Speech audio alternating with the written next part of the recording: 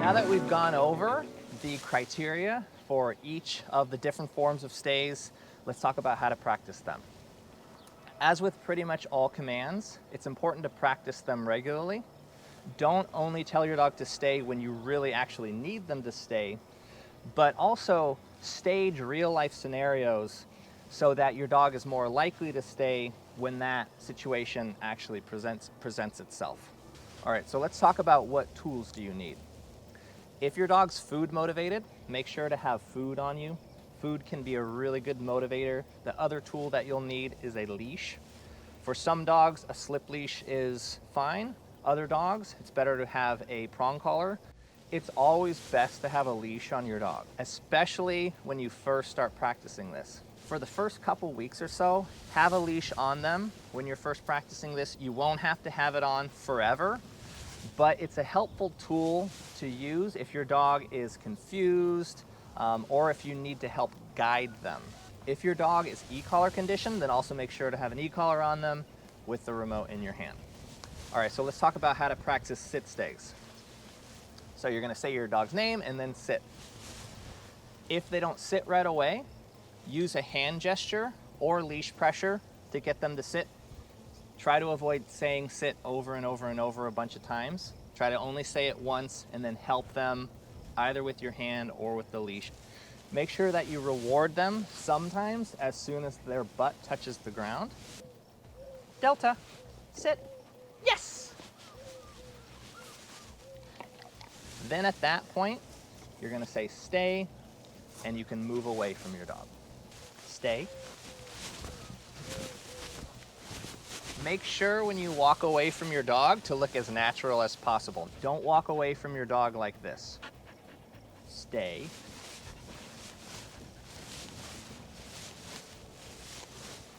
Dogs are very perceptive to body language. And remember, we're preparing our dog for a real life scenario. Okay, free.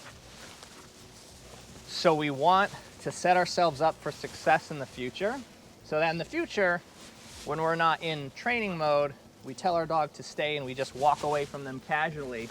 We want our dogs to have seen that picture a lot and know that just because we're walking away with our back to them, we're still paying attention and they still have to stay. But if every time you practice this, you're always facing your dog and you always look really stiff and unnatural, your dog's gonna learn, oh, I have to stay when you're acting like that. But if you're not paying attention to me, your dog's more likely to get up. When you first start this, your dog is really likely to get up and break, right? So don't walk away with your back completely to them and looking off into the distance.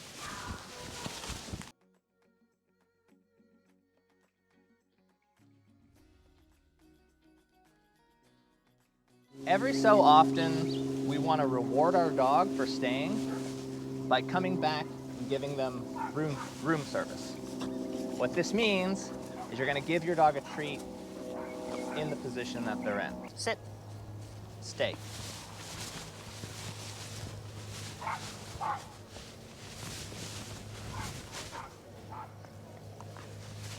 It's really important that as you go to give the treat, they don't get up. So they're not supposed to get up before, during, or after they get the treat.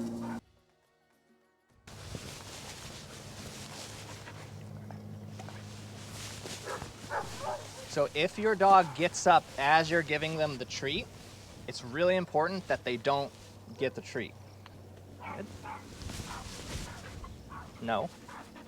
So at that point, you're gonna say no, you're gonna pull your hand away, and then if necessary, say sit again to get them to sit.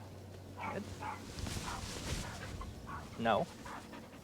Then you're gonna bring your hand back towards them, and if they don't get up, then you're gonna shove it into them right at the very end.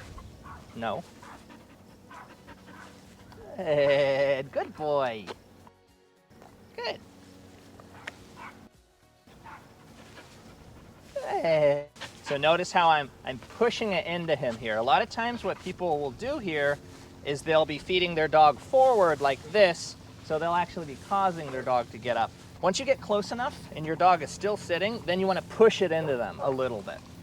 After you reward your dog, you have several options. You can either release them there, or you can walk away again and then return to them and give them another treat. Sit, stay.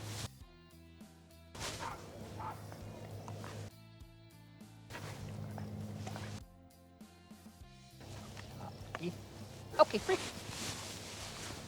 You can do this as many times as you want, but make sure it's having the right effect on your dog. Remember, stays are all about creating a calm attitude. Some dogs get really excited with the treats.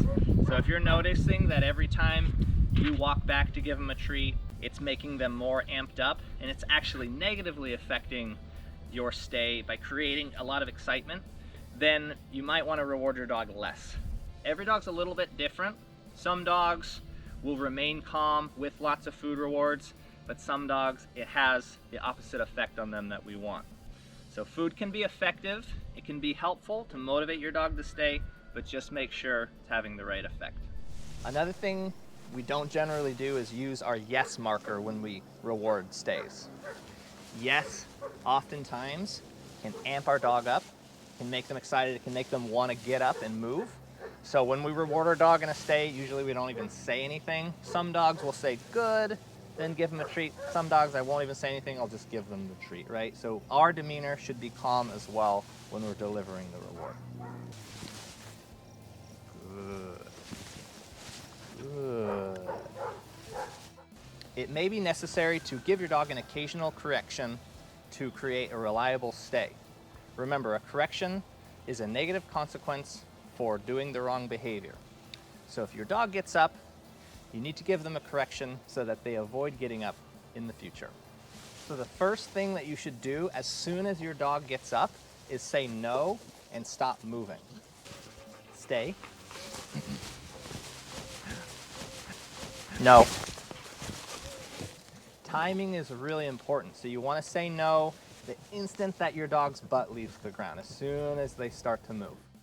If your timing is too late, it's not going to be as clear to your dog what they're doing wrong. After you say no, if your dog goes back into a sit, then you don't have to do anything else. No. Don't reward your dog here. That's a common mistake we see a lot of people make, is their dog breaks their stay and then they tell the dog no, and when their dog goes back into a sit, they immediately come back and reward. Don't reward your dog right after they make a mistake like this, because then they might think, oh, if I get up and then I sit back down, I get fed, right? So your dog gets up, say no. When they sit back down, you don't have to do anything else. You can just go back to doing whatever it was you're doing. Sit, stay, no, sit, stay. If your dog doesn't sit after you say no, then say sit, and if they still don't sit, then use spatial and or leash pressure. So remember, spatial pressure is when you walk into your dog until they perform the desired behavior. Sit, stay, no, no. So if our dog breaks from a sit stay, we're gonna say no, we're gonna walk towards our dog, and as soon as they sit, we're gonna turn that spatial pressure off by stopping, and then we can move away from them again. No, no. Who's a good girl? If spatial pressure isn't enough, so let's say your dog gets up, you say no, you walk into them, and then they still don't sit, and you're able to walk all the way to them, and they're still not sitting, then use leash pressure. No. Sit. So remember, you're going to have a leash on your dog when you do this.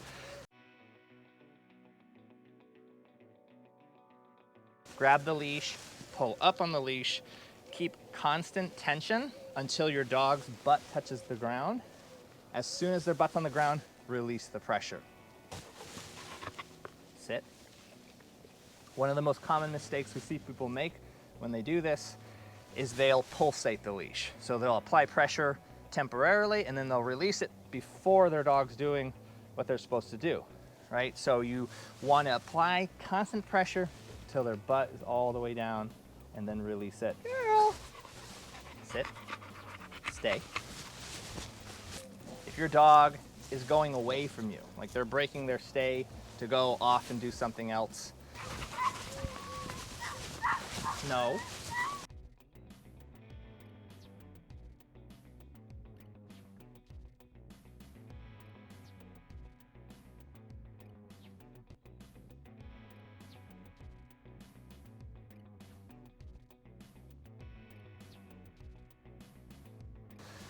Then you need, at that point, you need your dog to be e-collar conditioned, right? Your dog needs to have a super reliable recall, or the other option is you'd have to have them on a long line.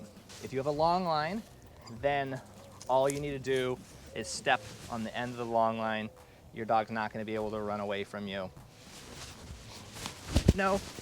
So I can just step on the end of the line, and then I can bring Delta back to where she was. Have her sit, stay. All right, so what if you're doing this and your dog continues to get up? Now remember, an effective correction is when you don't have to keep correcting your dog over and over. We call this nagging. Delta, sit, stay. No, sit, stay. No, sit, stay.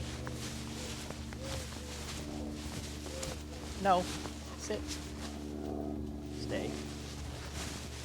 No, sit, stay.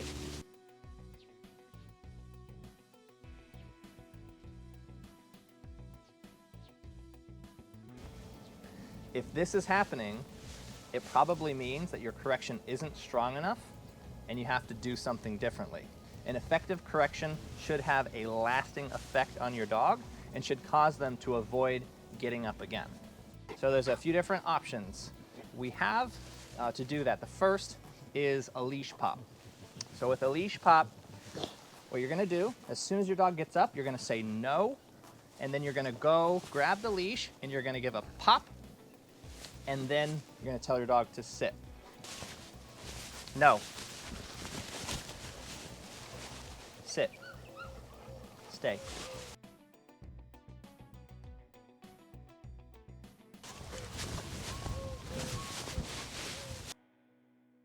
Good. Just give them one leash pop and then help them to sit either using your hand or leash pressure or spatial pressure. So how hard of a leash pop you give depends on your dog, it depends on what distractions are occurring, it depends on a lot of factors, but the point is, remember, an effective correction is when you don't have to keep correcting them. So if the first leash pop you give, if your dog breaks a second time after that, it probably means that the first pop wasn't hard enough and the next pop you give should be harder.